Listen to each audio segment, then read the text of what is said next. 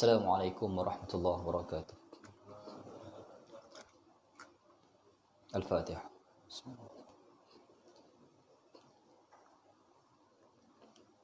Ya kena.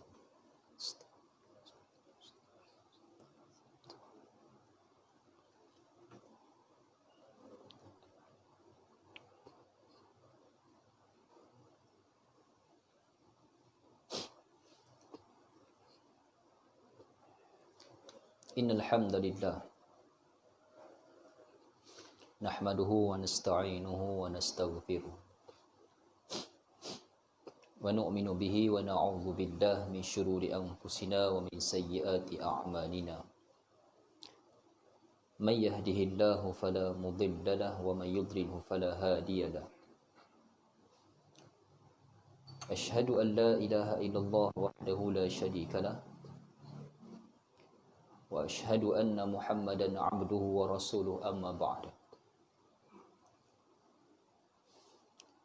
Tuan-tuan dimuliakan oleh Allah Subhanahu wa taala. Alhamdulillah, kita merafakkan syukur kita kepada Allah Subhanahu wa taala untuk kita menyambung pengajian tafsir kita pada hari ini. Dan kita sentiasa berharap kepada Allah Subhanahu wa taala daripada pengajian ini kita akan memperolehi manfaat yang besar daripada apa yang Allah Subhanahu wa taala telah turunkan kepada Rasulullah akan Al-Quran, yakni kalamullah. Dan kita sedia maklum tujuan kita hadir kepada agama ini ialah untuk kita semua memikirkan nasib kita di hadapan Allah Subhanahu wa taala. Dalam dunia, tuan-tuan, apa pun yang kita buat, ketakutan apa pun yang sedang kita rasa, sebenarnya semua ketakutan tu tak lebih besar musibah dia berbanding musibah kita di hadapan Tuhan Jalla wa'ala. Saya tengok, tuan-tuan, hari ni wallahu alam lah kan, saya tengok hari ni ramai orang dia cerita tentang akhir zaman, kemunculan Dajjal, rentetan peristiwa-peristiwa akhir zaman. Sampaikan ada orang yang dah lari masuk hutan sebab takutkan Dajjal kan. Ada yang dah kata apa dia kata tu, COVID dan sebagainya lah. Kita tak tahu, wallahu a'lam. Kalau benar, benarlah dia. Kalau tidak benar, perancangan Allah Subhanahu wa taala jauh lebih besar. Tuan, walau bagaimanapun ini ialah akhir zaman. Memang dunia ni dah banyak tanda-tanda akan kiamat yang telah pun muncul. Istana besar raja-raja Arab dekat Arab Saudi tu pun dah berbentuk dengan seakan-akan lambang istana Dajjal, wallahu alam, tak mesti macam mana. Tapi tuan-tuan, saya nak pesan pada semua tuan-tuan yang mendengar khabar-khabar tentang konspirasi akhir zaman dengan musibah COVID dunia hari ini, tuan-tuan. Tuan-tuan dengar cerita-cerita tentang akhir zaman ni, kalau tuan-tuan punya perasaan tu mentakuti Dajjal tu sendiri, maknanya teknik penceritaan tu mungkin salah, wallahu alam lah. Sebab tuan-tuan, agama ini, Nabi dulu cerita kepada para sahabat tentang peristiwa akhir zaman ni. Nabi cerita kepada para sahabat tentang Dajjal. Setelah sahabat Nabi yang bernama Tamim Ad-Dari yang dipukul ribut lama, mereka terdampar di sebuah pulau yang dia tak tahu kat mana pulau. Dia pergi kat pulau tu, ada seekor binatang yang bulu sangat tebal. Dia ikut binatang ni, dia telah bawa jumpa satu orang manusia yang dirantai dengan rantaian yang sangat besar. Rambut dia kerinting, dahi tertulis kafir, dan badan dia sasa. Mata dia belah kiri tu sepet sebelah, macam luka sebelah. Lelaki ni, dia dirantai dengan rantaian yang tak mungkin lepas. Besar rantaian tu. Lelaki ni nampak Tamim Ad-Dari, dia panggil, dia tanya tentang Rasulullah SAW. Dia tanya tentang adakah Nabi telah berhijrah ke Madinah. Dia seakan-akan tahu, padahal dia ni satu orang yang dirantai, tak mungkin dia tahu. Takutlah Tamim Ad-Dari, dia balik ke tengah tepi pantai, dia berlabuh dengan kapal dia menuju balik ke Madinah, jumpa Rasulullah, ceritakan tentang lelaki yang bertanya tentang Nabi tu. Nabi akui itu adalah Dajjal. Nabi akui. Dia dah ada lama dah. Allah beri dia berapa keajaiban hidup lama Dajjal ni. Cuma dia tak tahu kat mana sekarang Dajjal ni. Tapi tuan-tuan, masa Nabi warning kepada para sahabat tentang Dajjal ni, para sahabat dengar Nabi cerita tentang Dajjal. Sebab Nabi semangat sangat cerita tu, kerasnya cerita Nabi pada hari itu, para sahabat bangun pergi cari Dajjal kat keliling, gogok dada. Nabi pelik, kenapa kau bangun nak? Kau ni bangun nak pergi mana? Para sahabat kata, ya Rasulullah, zakat Dajjal. Rasulullah, kau bagi tahu kami tentang Dajjal. Kami pun ingat Dajjal ada kat keliling ni kot. Tu kami cari dia tu, gogok jumpa nak tumbuk sekali. Tuan-tuan, cerita Nabi tentang Dajjal tu kepada para sahabat tak ke arah mentakutkan para sahabat tentang Dajjal. So sahabat dengar pun mereka tak kisah Dajjal ni siapa, tapi nampak Dajjal ni dia ganggu kita ni. Tu para sahabat bangun pergi cari. Kok jumpa memang ketumbuk situ, wallahu alam lah. Maknanya teknik Nabi cerita tentang akhir zaman tu bukan ke arah suruh para sahabat takutkan Dajjal. Dia tak ke arah tu. Dan bila Nabi sebut sahabat kepada para sahabat, Dajjal ni dia hidup kat dunia ni 40 hari, arba'una yawman. 40 hari. Pasal para sahabat dengar 40 hari Rasulullah, 40 hari je dia hidup. Nabi kata ada 3 hari yang ganjil. Daripada 40 hari itu ada 3 hari yang ganjil, yang mana panjang dia macam setahun. Nabi kata al-yawm kas-sanah. Satu hari daripada 40 tu, satu hari panjang macam setahun. Berarti 6 bulan malam, 6 bulan siang. Wal yawm kal qamar, ada satu hari lagi panjang macam sebulan, 15 hari malam, 15 hari siang. Wal yawm kal usbu', satu hari lagi panjang macam seminggu, 3 hari malam, 3 hari siang. Dajjal akan mengkucil-kacilkan dunia dalam tempoh 3 hari yang ganjil tu, yang panjang malam, 6 bulan malam, 6 bulan siang. Manusia akan terganggu, makanan akan tak ada, manusia akan terganggu. Siapa nak tanam sayur 6 bulan malam kan? Nak pergi, nak apa? Manusia punya kitaran ni, kehidupan ni terganggu. Nak kerja macam mana, nak tidur bila? Ikan tak timbul, sayur tak, matahari tak ada, 6 bulan. Manusia akan susah. Yang siang tu pula 6 bulan siang, tak boleh tidur. 6 bulan siang, manusia akan susah. Para sahabat Nabi dengar 6 bulan malam, dengar maknanya Dajjal akan hidup setahun lebih lah. Sebab 40 hari dia hidup tu, ada 3 hari yang ganjil. Baki-baki hari tu Nabi kata baki wal baqi fil yaum ka ayyamikum. Baki-baki hari itu seperti hari-hari biasa. Para sahabat dengar macam tu. Para sahabat jawab apa? Tanya apa kepada Rasulullah? Para sahabat tanya Rasulullah, ketika Dajjal tu hidup dalam tempoh 40 hari yang ada 3 hari yang ganjil ni, malam 6 bulan, siang 6 bulan tu, para sahabat tanya, macam mana kami nak solat? Maknanya tuan-tuan, para sahabat tak kisah siapa Dajjal, yang penting aku nak sembah Tuhan aku. Sahabat Nabi SAW. Cerita tentang akhir zaman ni, kalau tukang cerita tu tak, dia tak ke arah nak memberikan ibrah betapa kita ni umat Islam perlu tingkatkan iman, risaukan musibah depan Tuhan nanti macam mana. Kalau tak ke arah itu tuan-tuan, kita akan takutkan Dajjal, kita akan masuk dalam hutan, kita akan lari. Itu bukan manhaj agama, so kita lari macam tu. Adalah hadis Nabi yang sebut tentang menyendiri, ada, tapi dia dibahaskan dengan panjang lebar dengan struktur bahasa Nabi, bahasa Arab Nabi SAW. Nabi suruh menyendiri, ada hadis-hadis tu, tapi dia bukan difahami satu bahasa, tak. Dajjal itu tuan-tuan, Allah kata Dajjal, dalam hadis sebut Dajjal ni tak akan masuk Mekah Madinah sebab bumi yang berkat, dia tak boleh masuk. Tapi Dajjal akan duduk dekat pintu gerbang Mekah Madinah, Masjid Nabawi. Dia akan ketuk pintu, dia akan ajak orang keluar untuk pergi makan. Siapa yang tengah lapar, tengah susah, dia akan ajak keluar, ikut kami lah. Kami boleh. Walaupun dia tak boleh masuk, dia akan ajak orang keluar. Ramai yang ikut dia keluar. Kalau Mekah Madinah yang bumi berkat tu, orang ikut awak keluar, orang ikut Dajjal keluar, ini kan pula awak duduk dalam hutan. Dalam hutan tuan, Dajjal pergi cari dalam hutan. Ingat main nyorok ke apa dengan Dajjal? Dajjal pergi cari. Yang menyelamatkan kita ni ialah iman kita depan tu. Iman kita. Dia bukan ke arah takutkan Dajjal, takutnya kami dengan jari nyorok pada Dajjal, tidak. Yang Nabi ajar kepada para sahabat, cerita akhir zaman ni ialah risaukan iman kita, musibah, azab depan Tuhan kalau tak hari kita tak beriman kepada Tuhan. Tu cerita dia. Tapi hari ni saya tengok orang bila cerita tentang macam-macam. Kita akui kita berada di akhir zaman. Kita akui perkara tu.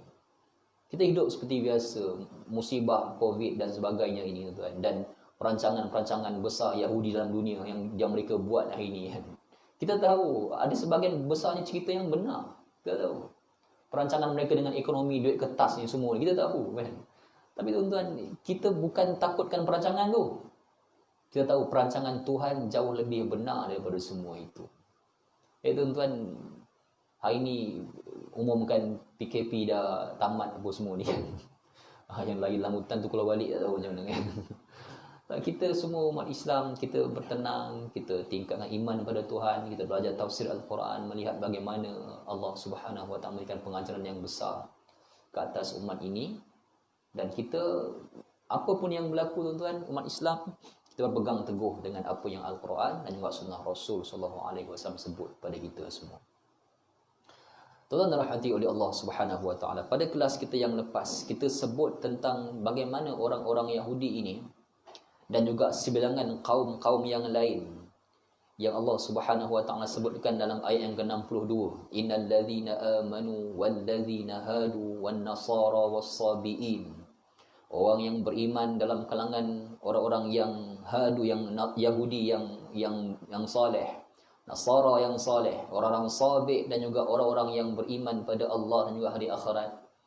Kita dah bincang ayat ni lepas. Allah kata semua mereka ni falahum ajruhum 'inda rabbihim. Mereka ni ada ganjaran untuk mereka di sisi Tuhan mereka. Jangan takut dan jangan pula mereka bersedih. Kebanyakan orang-orang yang terancam iman mereka ketakutan dan mereka ada kesedihan yang mereka kenang. Manusia tu tuan, dua benda ni, dua sedih dan juga ketakutan. Dua benda ni kadang-kadang dia boleh membunuh manusia. Ketakutan, dia takut apa yang bakal jadi kat dia nanti. Dia sedih apa yang telah menimpa diri dia. Satu orang yang dia sedih dengan kematian orang yang dia sayang, dia sedih. Sedih tu sampai tahap dia jadi gila kadang-kadang. Sayang sangat isteri, dia sedih, menangis-menangis, isteri meninggal. Menangis-menangis, lama-lama kegilaan dia. Dua penyakit emosi ni, dia sangat bahaya. Takut dan juga sedih. Ketakutan yang teramat sangat. Saya cerita tuan-tuan, saya jumpa jiran saya yang kampung lama saya kan. Dia tak pergi, dia cancel pergi haji sebab musim kapal terbang jatuh kan. Kapal terbang MH370, MH17 jatuh kan. Dia takut naik kapal terbang, dia cancel pergi haji. Sebab apa? Takut kapal terbang jatuh. Ketakutan tu akhirnya membawa dia tak nak pergi haji sebab takut kapal terbang jatuh. Saya kata kat dia tu, saya kata kat dia, pakcik, berapa ramai kat dalam dunia ni statistik kematian atas jalan raya lagi banyak. Pakcik naik motor atas jalan raya ni lagi banyak boleh mati tau. Kapal terbang berapa banyak sangat mati. Tapi sebab ketakutan, maka akhirnya dia kadang-kadang mati sebelum mati. Sebelum isytiharkan kematian, dia mati dulu. Dan juga kesedihan. Sedih dengan anak-anak yang dah meninggal. Sedih dengan orang yang disayang meninggal awal. Sedih apa yang dah berlaku. Kadang-kadang menjadikan penyakit. Kadang-kadang boleh jadi macam gila orang. Sebab sedih dan juga takut. Semua benda ni Allah Subhanahu Wa Taala sebut dua tu. Allah kata fala khaufun alaihim. Dia tak ada ketakutan wala hum yahzanun, dan tak ada kesedihan. Allah sebut dua, khauf dan juga takut. Dua penyakit yang sangat manusia takuti. Ketakutan dan juga kesedihan. Dua benda tu yang menjadikan manusia kadang-kadang boleh gila dengan macam-macam penyakit yang dinamakan histeria sebab takut. Kan? Kadang orang tu kemurungan sebab sedih. Kemurungan dia sampai duduk rumah tak keluar, kemurungan.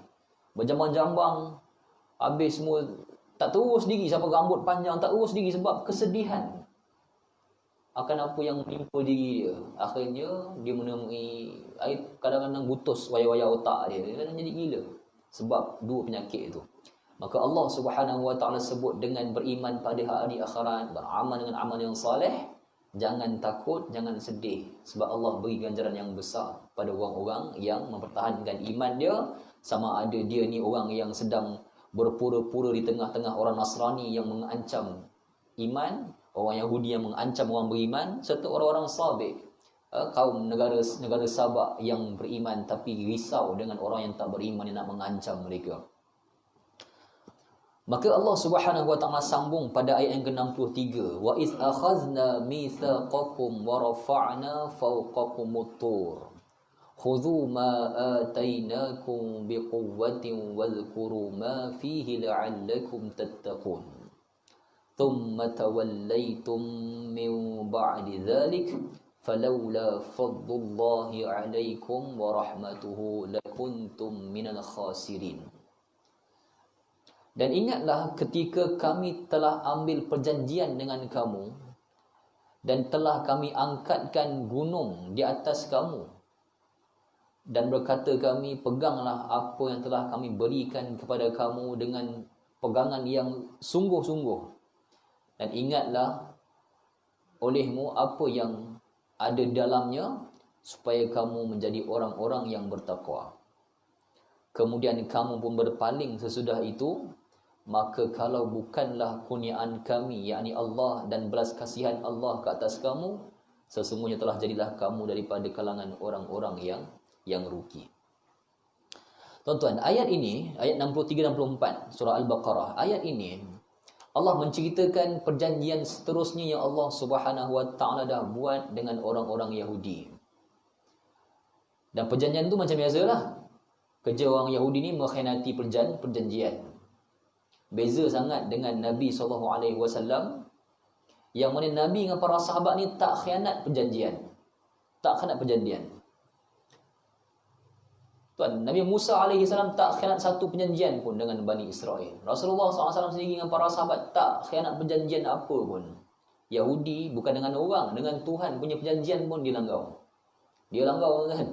Sebab tu kita ke tuan, dengan kita, dengan manusia, tuan, Yahudi dengan Tuhan pun dia buat macam tu, dengan kita apatah lagi.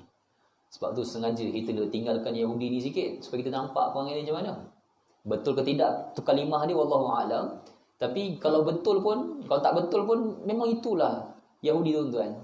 Adanya mereka hari ini membuktikan benarnya apa yang Allah Subhanahu wa taala dah kata dalam Al-Quran.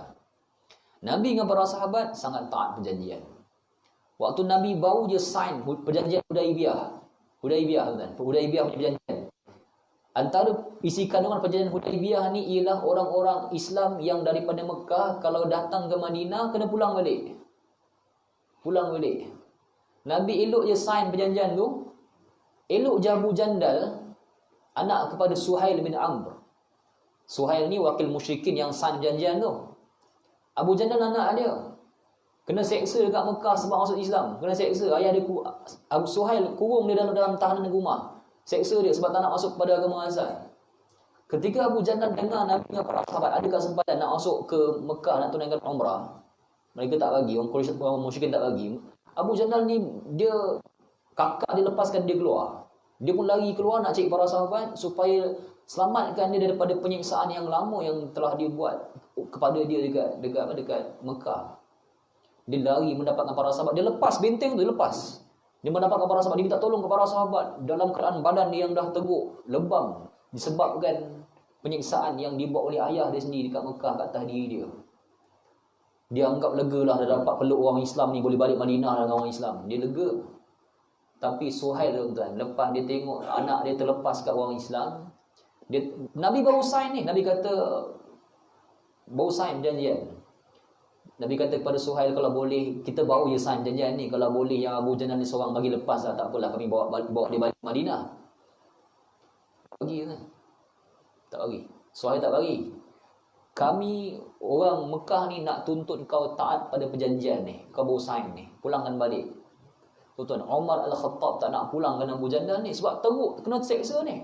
Kalau pulang ni, apa jadi dekat Suhail? Apa jadi kepada Abu Jandal? Tuan-tuan, Nabi, tuan-tuan, sebab taat perjanjian, walaupun kelihatan macam berat sebelah perjanjian tu, tapi Nabi sebabkan prinsip Nabi taat perjanjian, Nabi suruh Abu Jandal balik ke Mekah. Balik dengan ayah dia, kena tahanan. Nabi kata fasbir. Nabi kata apa? ala ma asabak ya Abu Jandal. Nabi kata, sabarlah ke atas apa yang menimpa diri kau, wahai Abu Jandal. Innallaha ma'aka, Allah bersama-sama dengan engkau. Pada orang Islam tuan-tuan, jangan khianat perjanjian. Orang Islam, jangan khianat perjanjian. Ahli-ahli politik, jangan khianat manifesto. Bukan sikap orang Islam taat khianat pada manifesto. Mana-mana ahli politik lah. Agama tuan-tuan di atas lisan Nabi sangat taat pada perjanjian. Walaupun perjanjian yang Nabi dah sign, nampak macam salah perjanjian ni. Kalau kita dah sign tuan-tuan, nampak macam salah, kita kena deal balik. Kalau dia tak mahu, tak boleh buat apa. Kita dah sign. Orang Islam taat perjanjian. Nabi dah sign tu, tak mahu. Pulangkan balik Abu Jandal. Walaupun Umar agak marah, dan malam tu Umar dia terlepas kata kat Nabi SAW. Sebab geram, dia terlepas kata kat Nabi SAW. Dia kata, anta Rasulillah alladhi yab'atsallahu alaihim. Dia kata kan, engkau ke pesuruh Tuhan yang Allah hantar kepada kami, diutuskan kepada kami. Ketika dengan Nabi, Umar terlepas satu ayat yang dia tak pernah sebut sebelum ni. Terlepas sebab dia marah. Umar Al-Khattab, peristiwa yang paling menyebabkan dia menyesal, yang dia boleh menangis kalau terkenang peristiwa lepas Nabi wafat. Dan dia terkenang peristiwa dia marah ke Nabi itu, dia terkenang dia sujud minta ampun kat Tuhan. Umar Al-Khattab, dia kata, anta Rasulillah. Nasib Abu Bakar ada dalam kemah tu. Dia masuk khemah Nabi, dia kata, Aisyah ada dalam khemah tu, Abu Bakar ada. Dia kata, anta Rasulillah alladhi yab'atsallahu alaik. Engkau ke pesuruh Tuhan yang Allah utuskan kepada kami. Dia bertikai Nabi. Abu Bakar dia bangun, dia kata, uskut anta ya bin al-Khattab. Diam kau wahai anak al-Khattab. Dia sebut macam tu. Rasulullah cool. Nabi tenang. Nabi tak marah, Nabi tenang. Nabi tahu Umar tengah marah. Sebab Nabi taat perjanjian. Cerita orang Yahudi tuan-tuan, bukan perjanjian dengan orang tau, dengan Tuhan. Dengan Tuhan. Dan perjanjian kali ini Allah Subhanahu Wa Taala suruh mereka taat kepada Taurat. Pegang Taurat syariah ni, pegang Taurat betul-betul. Dan pegang tu sifat dia ialah khudhu ma atainakum biquwwati biquwwah. Pegang Taurat tu, sifat dia pegang dengan kuat. Maknanya ikut betul-betul Taurat, bukan ikut mana, ikut betul-betul Taurat ni. Taurat macam kita dengan Quran, gigit dengan Nabi kata addu alaikum bin nawajis. Nabi kata kan, masa akhir zaman ini dengan Quran sunnah ni kau gigit dengan gigi geraham kau. Nabi suruh gigit, maknanya akhir zaman memang kucak-kacir. Nabi suruh pegang Quran sunnah ni. Allah sifatkan pegang Taurat tu biquwwah, dengan kekuatan yang benar-benar pegangan. Tuhan suruh pegang Taurat tu, jangan ada buat main.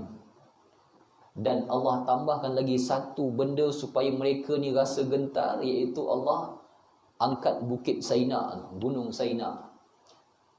Wa rafa'na fawqakumut tur. Allah angkat gunung Saina, letak atas kepala, letak atas kaum Yahudi taat pada Taurat. Tidak aku hempas gunung Saina kat kau ni. Allah buat macam tu tuan-tuan. Para ahli tafsir dia bincangkan, adakah ayat ini menandakan Allah Subhanahu Wa Taala seakan-akan macam paksa orang Yahudi ni supaya percaya pada Taurat ke macam mana tuan? Macam mana nak faham ayat ni? Adakah ayat ni, pandangan majoriti kata benar, Allah Subhanahu Wa Taala memang angkat bukit Saina tu letak atas kepala mereka dan suruh mereka taat pada Taurat. Tapi sebilangan lagi ahli tafsir tidak bersetuju pandangan tu. Allah Subhanahu Wa Taala tidak mengangkat benar-benar bukit Saina tu untuk dihempaskan ke kepala mereka jika mereka tak beriman kepada Taurat. Sebab tuan-tuan, gaya bahasa Arab ni kadang-kadang kita orang Melayu pun banyak ikut satu bahasa Arab ni. Kan? Baca sekarang, aku hempuk dengan Rehal ni kan. Betul ke kita nak hempuk dengan Rehal tuan? Anak kita, cucu kita kan baca Quran kan. Baca sekarang Quran ni, baca sekarang. Kalau tidak, aku hempuk dengan Rehal ni, atuk garang kan. Betul ke kita nak hempuk dengan Rehal tuan? Betul tak agak? Tak, dia uslub nak bagi penegasan. Sekarang ni para ahli lughah bahasa Arab ni, mereka bincangkan ayat ni Allah bagi amaran keras ke dengan ancaman nak hempas Taurat kalau tak, ataupun Tuhan memang betul-betul angkat bukit Saina tu. Bahasa Arab dia ada suatu bahasa yang kita perlu faham. Yang kawan-kawan saya hari tu cerita tentang akhir zaman ni kena duduk seorang-seorang kat rumah, jangan percaya jiran, jangan percaya. Itu satu tafsir, tapi bahasa Arab Nabi suruh menyendiri. Maksud Nabi apa? Menyendiri tu, bersendirian seorang-seorang kat rumah, jangan campur orang lain ke macam mana? Maksud Nabi. Dia ada metafor. Bahasa Arab ni dia ada metafora dia. Macam Melayu juga. Mak nak pergi Kedah esok dengan orang kampung. Kau pergilah seorang nanti. Maksud pergi seorang tu macam mana kan? Maksud isu seorang pergi ke ataupun pergi dengan keluarga kita seorang-seorang? Mak pergi orang kampung, kau pergilah bawa family kau pergi seorang-seorang. Maksudnya macam mana? Nak kena faham. Kau pergilah seorang nanti. Seorang tu maksud dia apa? Maksud dia pergi berseorangan, tanpa orang kampung, kita pergi dengan keluarga kita lah. Tak tahu maksud. Kita baca tafsir hadis-hadis Nabi ni. Maksud Nabi bersendiri itu ialah bersendirian dengan orang soleh. Satu. Yang kedua, bersendirian dengan orang Islam. Bukan bersendirian seorang-seorang kat rumah. Bersendirian dengan orang soleh. Cari orang soleh yang kita percaya. Duduk buat komuniti kecil dengan mereka ketika akhir zaman. Maksud Nabi SAW. Dalam struktur bahasa Arab yang perlu difahami dengan para mujtahid yang memahami bahasa Arab. Itu penting. Kita baca hadis dengan seorang yang faqih dalam ilmu. Penting. Kalau baca sekali lalu faham-faham sendiri, bahaya. Itu yang berlari masuk hutan kadang. Okey tuan-tuan. Jadi ayat ni yang Allah kata Allah wa rafa'na fawqakumut tur, Allah angkat bukit Saina atas kepala mereka. Dia ada dua tafsir. Satu yang menyatakan betul-betul Tuhan angkat atas kepala mereka sebab sebelum ni memang Tuhan dah buat dah pun. Alasan mereka sebelum ni Tuhan dah pernah panah mereka dengan petir pun. Tak mustahil Tuhan boleh buat apa pun pada orang Yahudi yang degil ni. Allah dah buat. So pandangan tu memberikan hujah masing-masing. Pandangan yang kedua kata Tuhan tak angkat benar-benar sebab agama ni bukanlah dengan cara paksaan macam tu. Menyatakan bahawa ayat ni macam kita cakap tadi lah, aku hempuk orang real ni kan. Tak hempuk pun. Tuhan bagi warning kepada orang Yahudi, bagi amaran keras supaya beriman kepada Taurat yang kami dah beri pada kamu atas Nabi Allah Musa alaihi salam. Maka orang Yahudi pun dalam ayat yang lain, orang Yahudi pun sebut sami'na wa ata'na ya Musa. Kami dengar dan kami taat kepada engkau wahai Musa. Tuan, sebelum tu tuan, tentang ayat tentang angkat gunung tadi, okey, para ahli tafsir yang kata ayat tu cuma metafora saja. Dia bukan Allah angkat betul-betul. Mereka berhujjah daripada surah Al-A'raf ayat 171. Allah kata wa iz nataqnal jabala fawqahum ka'annahu dhullatun wa dhannu annahu waqi' bihim. Khudhu ma atainakum biquwwatin wadhkuru ma fihi la'allakum tattaqun. Okey, ayat ni dia lanjutan cerita. Dan ingatlah tatkala kami angkat gunung tu di atas mereka, seakan-akan ka'annahu, dia macam ka'annahu zullatun wa dhannu. Allah kata seakan-akan kami nak memberikan mereka ni, seakan-akan mereka ni kami nak suruh mereka beriman kepada Tuhan. Seakan-akan. Jadi ayat ini membuktikan bahawa Allah Subhanahu Wa Taala, Allah Taala Allah yang Maha mengetahui, tapi antara ijtihad para ahli tafsir, gunung Bukit Saina tu tak diangkat betul-betul lah. Walaupun Allah ni dia boleh mengangkat apa yang Allah Subhanahu Wa Taala mahu, tapi ayat ni dia cuma sebut tentang amaran keras. Beriman sekarang, aku angkat gunung ni kempas engkau je lagi. Tapi dalam riwayat, dalam cerita Al-Quran, Yahudi setelah mendengar demikian, dia berkata kepada Nabi Allah Musa, sami'na wa ata'na ya Musa. Sami'na wa ata'na ya Musa. Mereka pun sujud dalam keadaan dia tak sujud, dia tak dahi kat sini. Kita solat sama tau. Patutnya orang Yahudi solat sama macam kita. Kita solat sujud, kita punya anggota sujud ni dahi kan. 8 anggota sujud kita. Kita sujud macam tu. Kenakan dahi dekat atas lantai ni. Yahudi pada ketika itu dia pun sujud, dia letak pipi kat kepala dia, dia tak macam ni. Sebab apa tuan? Sebab apa? Apa yang tu dia letak macam ni sebab nak tengok gunung kat atas, betul ke gunung nak hempas kita? Yahudi. Tuan-tuan tengok hari ni Yahudi, kalau dia sujud macam tu cara dia sujud, dia letak pipi macam ni. Buatnya itu. Punya tuan-tuan perangai. Kita pun tak faham peliknya perangai orang Yahudi ni sampai hari ni tuan-tuan, mereka merancang nak musnahkan dunia ni macam mana. Yahudi. Dulu mereka sujud macam tu, letak pipi ke atas. Orang sujud macam ni, dia sujud letak pipi ke atas, dia melihat gunung ke atas. Jadi riwayat itu membuktikan bahawa gunung tu betul-betul diangkat. Wallahu alam macam mana cerita dia kan. Tapi Yahudi betul-betul telah pun sujud dalam keadaan seperti itu. Dia sujud pipi letak ke bawah sebab nak pandang gunung tu. Kalau tak ada, dia lari. Tuan, betul tuan. Semasa Yahudi sujud macam tu, dia tengok gunung tu Allah dah letak balik. Ni guna pandangan yang pertama tadi. Mereka pun lari. Mereka kata apa? Yang Allah sebut dalam Quran, lanjutan cerita akan datang. Mereka kata, wa qalu sami'na wa 'asayna ya Musa. Musa, kami dengar boleh tak? Percaya tidak? Dia lari. Sami'na wa 'asayna. Kami dengar tapi kami tak nak taat pada engkau wahai Musa. Dia lari. Sebab dia sujud tengok ada gunung tu, dia lari. Lari. Perangai orang-orang ya Yahudi. Dia anggap macam dia bermain-mainkan Tuhan. Tak, Allah tak boleh bermain-mainkan. Tuhan tak rugi apa. Tak rugi apa Tuhan. Tapi demikian sikap orang Yahudi, mereka telah pun lari ketika itu, mereka telah menyebut pada Nabi Allah Musa, sami'na wa 'asayna ya Musa. Kami dengar, kami tak mau taat pada engkau wahai Musa. Tadi dia baru sebut sami'na wa ata'na, kami dengar dan kami taatlah pada engkau wahai Musa. Setelah dia tengok gunung air, pas gunung Abu ni kan, habis tu mati. Tapi setelah tengok Tuhan letak balik gunung tu, dia lari. Dia memain-mainkan, dia seolah-olah macam nak memain-mainkan Nabi Allah Musa alaihi salam. Tuan, Rasulullah SAW, tuan, bila Jibril alaihi salam menceritakan kisah kedegilan Bani Israel ni, dia menerbitkan sifat syukur, rasa syukur Nabi. Walaupun musyrikin Quraisy ni tuan teruk perangai mereka, sembah berhala tak kira, ancam Nabi macam-macam tuan. Tapi tuan-tuan, syukur Nabi ni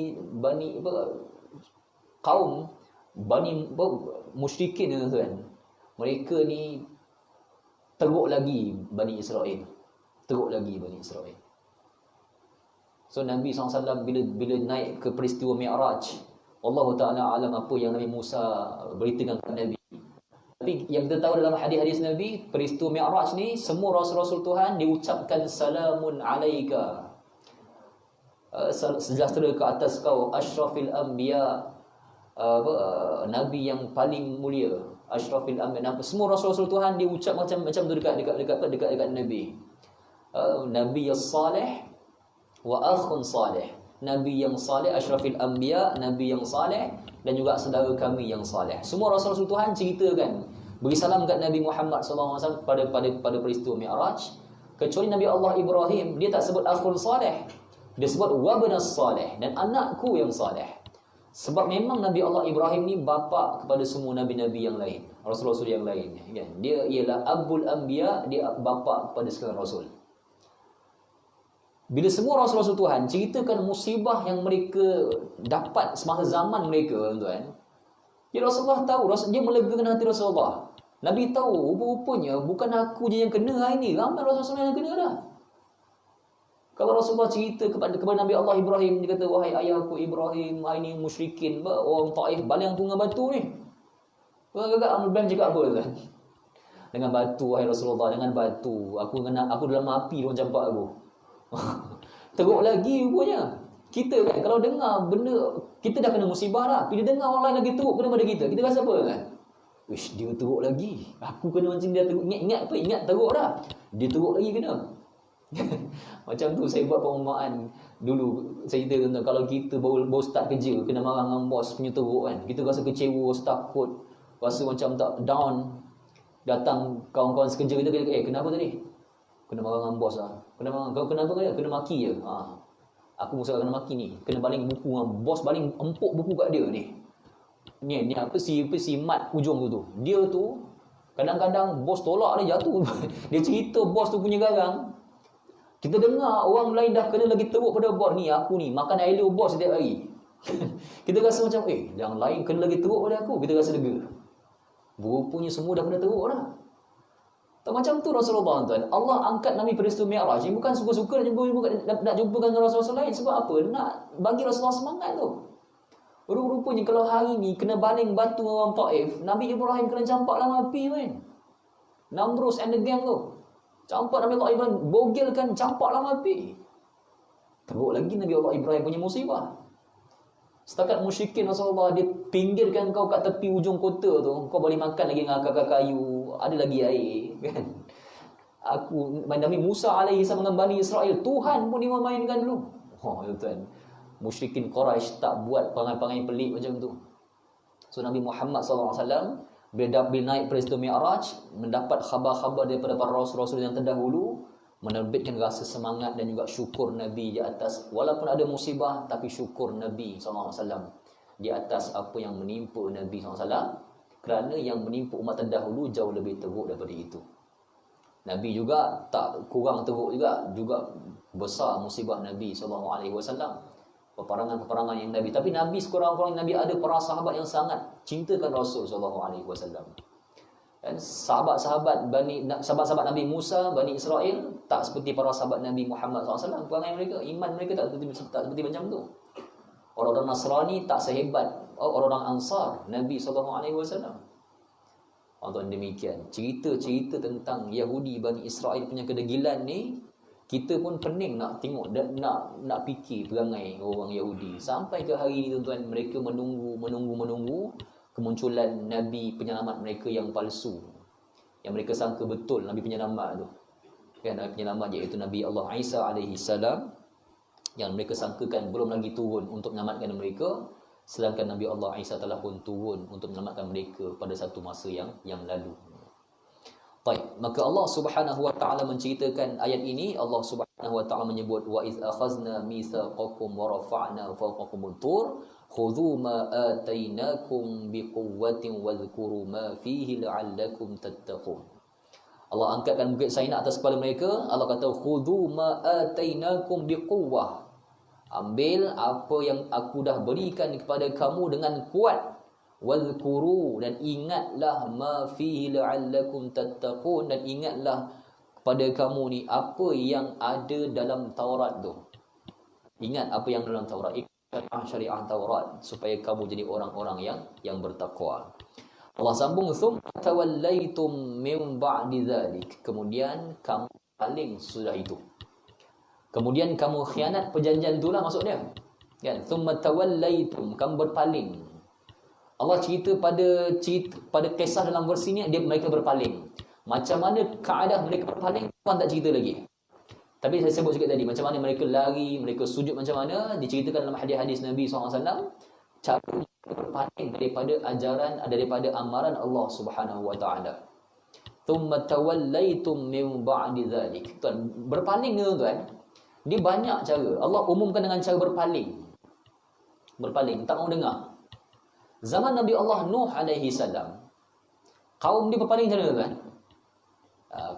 Kalau Bani Israel dia berpaling cara tak, dia sujud macam tu, lari. Zaman Nabi Allah Nuh alaihi salam, Nabi Allah Nuh dia report kat dia, mengadu kat Tuhan. Inni da'utu qaumi lailan wa nahara falam yakun du'ai illa firar.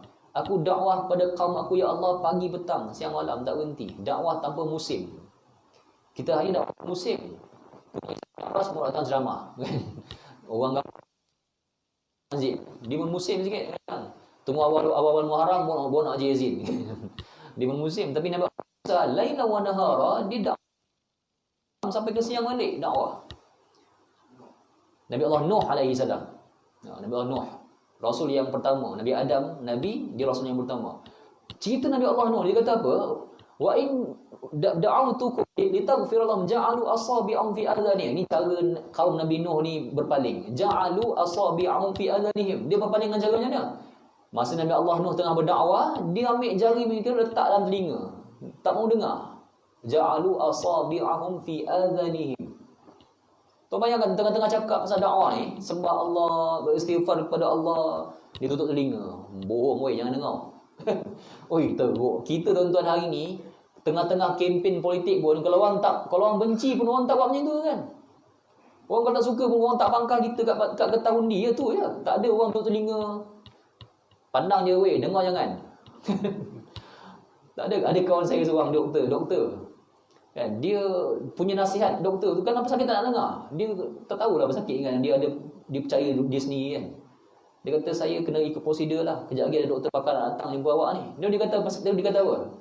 Dia kata doktor nak panggil doktor pakar pun panggil lah. Nak cakap apa cakap kat saya. Tapi saya tak nak dengar tau. Cakap je. Dia memang degil kan. Dia kata doktor nak panggil doktor pakar ke nak panggil doktor apa panggil lah. Datang jumpa saya tak apa. Tapi saya tak nak dengar tau. Oh. Tak pernah kita tuan tengah-tengah dakwah orang cakap macam tu. Doktor kesian. Orang cakap macam tu kadang kan. Saya tak percaya saya kena COVID, saya tak percaya. Ini semua bohong apa semua ni. Panggil doktor apa, saya tak nak dengar. Tak pernah lagi orang ambil telinga, tengah cakap, tutup telinga. Cakap, tutup, tak pernah tuan. Tapi kaum Nabi Allah Nuh alaihi salam, tengah-tengah dia berdakwah tu, dia ja'alu asabi' ni jari-jari mereka. Bukan satu jari, asabi' jari-jari mereka dia ambil tutup semua je ni, tak mau dengar. Nuh pembohong. Oh, macam tu cara mereka berpaling. Tak cukup dengan tu, wastawshaw thiyabahum, ni pakaian dia ni dia ambil tutup je ni. Tutup je tu. Tak tahu lah macam mana. Dia tak mahu dengar, dia wastawshaw thiyab, pakaian mereka ni dia tutup. Dia tutup, dia mereka punya telinga, muka tutup. Tahu. Rasulullah lain cara orang berpaling, orang banyak juga Rasulullah SAW kan. Pergi dakwah kat tengah-tengah pasar, orang baling dengan batu, banyak juga cabaran dakwah Nabi. Tapi tawallaitum, berpaling ni macam-macam cara. Allah umumkan sekejap. Dalam ayat cerita ni Allah tak ceritakan apa kaedah berpaling orang Yahudi tu.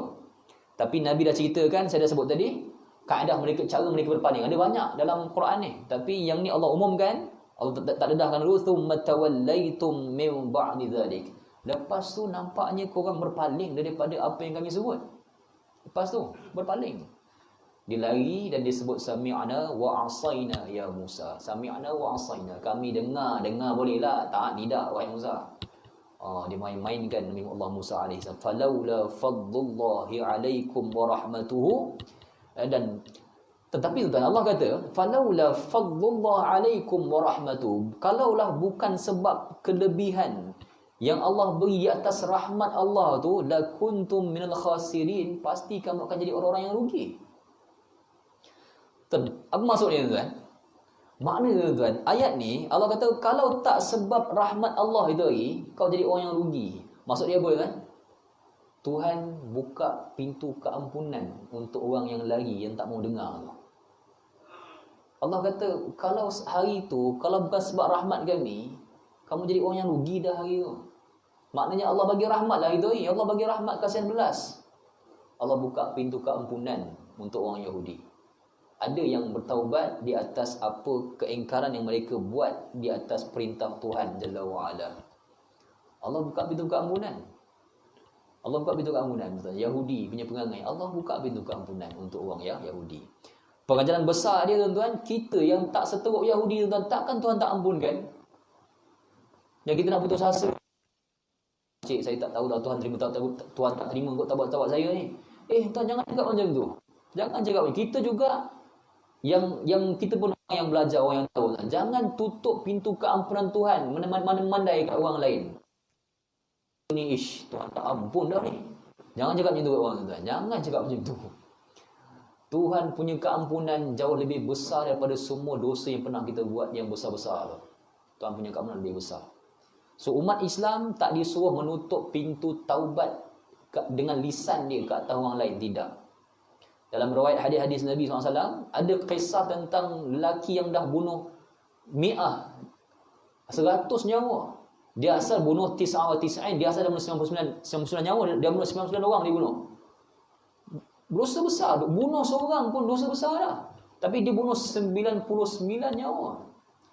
Fadullu ala alim, dia tanya orang kampung, ada tak orang alim kat sini? Aku nak tanya dia fatwa, hukum bunuh 99 orang. Orang kampung tak tahu, orang kampung tunjuk orang yang rahib, yang ahli, yang sekadar ahli ibadah saja. Tu dia kuat ibadah tu, orang bagus tu tanya dia fatwa. Dia tanya, ada tak taubat? Fahalli min taubah, dia tanya. Ada tak taubat untuk aku ni? Untuk aku yang dah bunuh 99 nyawa. Dia ada tak taubat untuk aku? Dia tak tahu fatwa, dia main tam, dia kata la, tak ada. Jahat sangat dah kau ni. Kawan ni geram, dia bunuh ahli fatwa tu, bagi cukup 100. Dia bunuh. Faqatalahu, dia bunuh kawan tu yang bagi fatwa salah, dia bunuh. Dia geram, aku nak taubat ni, kau tak kata boleh, dia bunuh. Kesan fatwa yang sesat pada orang awam. Kesan dia kan. Akhirnya orang kampung tunjuk fadullu ala alim. Akhirnya orang kampung tunjuk satu orang alim. Dia tanya, ada tak taubat untuk aku? Aku dah bunuh 100 nyawa. Fahalli min taubah, ada tak taubat untuk aku ni? Orang alim jawab apa? Apa fatwa orang alim? Ma yahulu bainaka wa bainallahi taubah. Dia kata, apakah yang menghalang kau daripada bertaubat kepada Tuhan? Tak ada benda yang menghalang kau taubat. Pergi taubat kat Tuhan. Pergi taubat. Dia bunuh 100 nyawa pun, pintu taubat terbentang luas untuk dia. Kita tuan-tuan, yang kadang-kadang dosa, kita berdosa lah, tapi dosa taklah seteruk dosa orang-orang Yahudi. Tak seteruk dosa bunuh 100 orang tuan-tuan. Takkan Tuhan tak ampun. Takkan Tuhan tak ampun. Doa kita, takkan Tuhan tak makbul. Tuan tahu syaitan pernah minta doa kat Tuhan panjang umur dan dia berikan sikit kuasa. Tuhan makbul doa dia. Sampai ni syaitan duk hidup. Syaitan tu dia minta doa supaya Allah panjangkan umur dia daripada zaman dia dekat jannah Nabi Adam kan sampai sekarang. Dia minta Allah panjangkan umur, bagi dia kuasa sikit. Allah beri. Syaitan minta doa makbul tuan-tuan. Kita takkan nak cakap, Allah kenapa kau tak makbulkan doa aku? Jangan cakap macam tu tuan-tuan. Allah memakbulkan doa kita dengan cara yang Allah Subhanahu Wa Taala mahu. Bukan dengan cara kita mahu. Orang Yahudi ni Allah Subhanahu Wa Taala sebut, kalau bukan sebab rahmat kami hari itu, kamu dah jadi orang-orang yang rugi. Allah sebut demikian. Dan akan datang kita akan tengok macam mana Allah sebut lagi satu perjanjian Tuhan. Allah dah ikat perjanjian mereka nak beribadah pada hari Sabtu. Mereka khianat lagi. Walaqad alimtumul ladzina i'tadaw minkum fis sabt faqulna lahum kunu qiradatan khasiin. Kami ketahui orang yang melanggar perintah pada hari Sabtu. Hari Sabtu ni Quran sebut hari Sabtu. Isnin, hari Isnin. Hari kedua hari Isnin. Salasa, hari Selasa. Rabu, Rabi' hari keempat. Khamis, hari kelima. Jumaat, hari berhimpun. Sabtu, hari orang Yahudi beribadah. Hari berhimpun, Jumaat ni hari berhimpun orang Islam. Sabtu, hari Yahudi beribadah. Ahadun, hari satu balik. Orang Yahudi dia punya hari beribadah Sabtu. Orang Islam Allah beri hari Jumaat untuk beribadah. Dulu masa Allah Subhanahu Wa Taala suruh orang Yahudi beribadah pada hari Sabtu, dia ingkar pada hari Sabtu, tak pergi beribadah pada hari Sabtu. Dan kita akan tengok apakah kerja yang orang Yahudi buat pada hari Sabtu yang sepatutnya mereka pergi beribadah. Kerja tu kita pun buat hari ni. Kita pun buat hari ni. Allah suruh orang Yahudi pilih nak beribadah pada hari apa. Allah suruh mereka pilih. Mereka pilih hari Sabtu. Disebabkan Tuhan bagi mereka pilihan, mereka pilih, Allah suruh mereka beribadah sepanjang hari. Hari lain nak buat kerja dunia, silakan, tafadhal. Hari Sabtu datang untuk beribadah. Macam tu Tuhan kata kepada kita, fa iza faraghta fansab. Bila mana kau dah lapang nanti, masa kau dah lapang, kau dah senang, datang tahajud menghadap aku balik. Allah bagi kita peluang. Allah pujuk lah tu. Aku tahu kamu semua ni sibuk. Pagi-pagi 5.30 dah keluar dah keluar nak pergi kerja. Takut-takut jam. Pukul 6 dah keluar. Aku tahu kamu sibuk. Pukul 8 berbalik. Aku tahu kamu sibuk. Fa idza faraghta, nanti bila dah masa lapang, nanti Sabtu Ahad ke, hari cuti dah masa dah lapang, datang menghadap aku. Datang untuk tahajud. Allah pujuk manusia. Dulu tuan-tuan, Allah pujuk tu pujuk Bani Israel nak pilih hari apa untuk beribadah. Sibuk sangat nampak ni. Hari apa nak beribadah. Yahudi pilih hari Sabtu. Bukan Tuhan pilih untuk mereka, mereka pilih sendiri hari Sabtu. Pun khianat lagi. Yahudi tuan, kalau dia orang ni buat manifesto tak tahu berjadi tuan. Yahudi, kalau dia buat manifesto tak tahu berjadi tuan. Memang kerja khianat kepada janji-janji Allah Subhanahu Wa Taala kepada mereka. Akan datang insya-Allah kita akan baca ayat yang seterusnya tu, bagaimana orang Yahudi dia khianat janji Allah untuk beribadah pada hari Sabtu. Dan kenapa Allah, itulah sebab Allah tak suruh kita orang Islam pilih hari untuk kita beribadah semasa zaman Nabi SAW.